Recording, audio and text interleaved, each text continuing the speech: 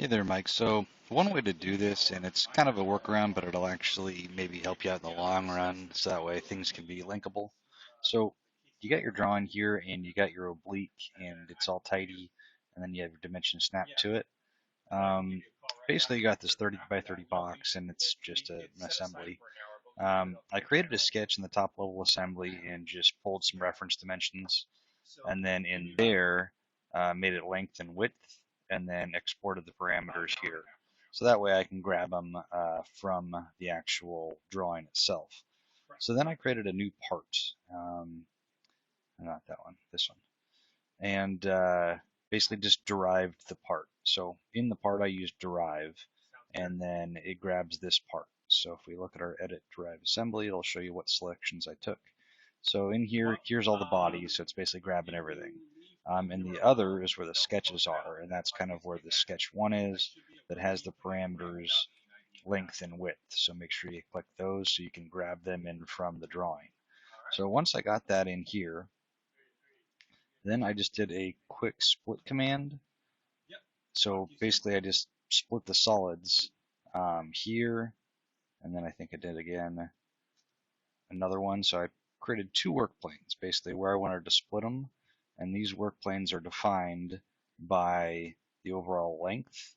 So if we look at our parameters here, I have my offset cut is the length over 4, so if the length ever changes, this dimension will automatically update. And then the gap in between them is basically that offset cut plus 1. So basically, whatever the cut's going to be, it'll always have a plus 1 in the middle.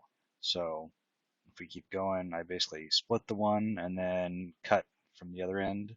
And again, here, split this piece and then trimmed it again. And then on the other side, split it. So basically cuts it in one and then trims off the other end. And then from here, I just selected everything using the 3D model direct edit. And then from here, I just selected the bodies themselves. Oh, actually, I used move bodies here.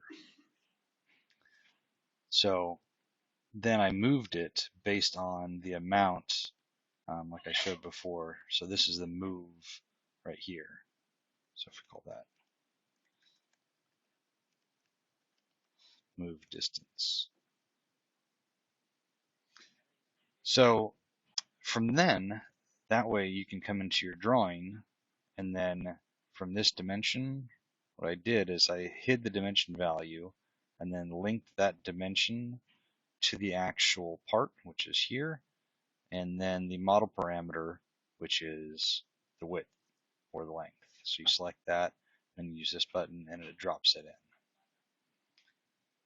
So that way, this is 30, and then that's the reference to the other one, or you can just leave it because it's actually going to match because we're not cutting it the other way.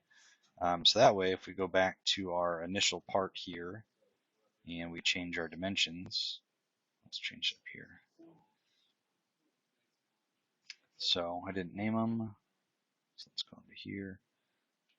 So if we change this to 25 and let's say 26, so that'll update. Come to our box, update this, and then since that's parametric, that'll update. We can come into our derived part, we can update that. So then when we come back into here, it should update 26 by 25.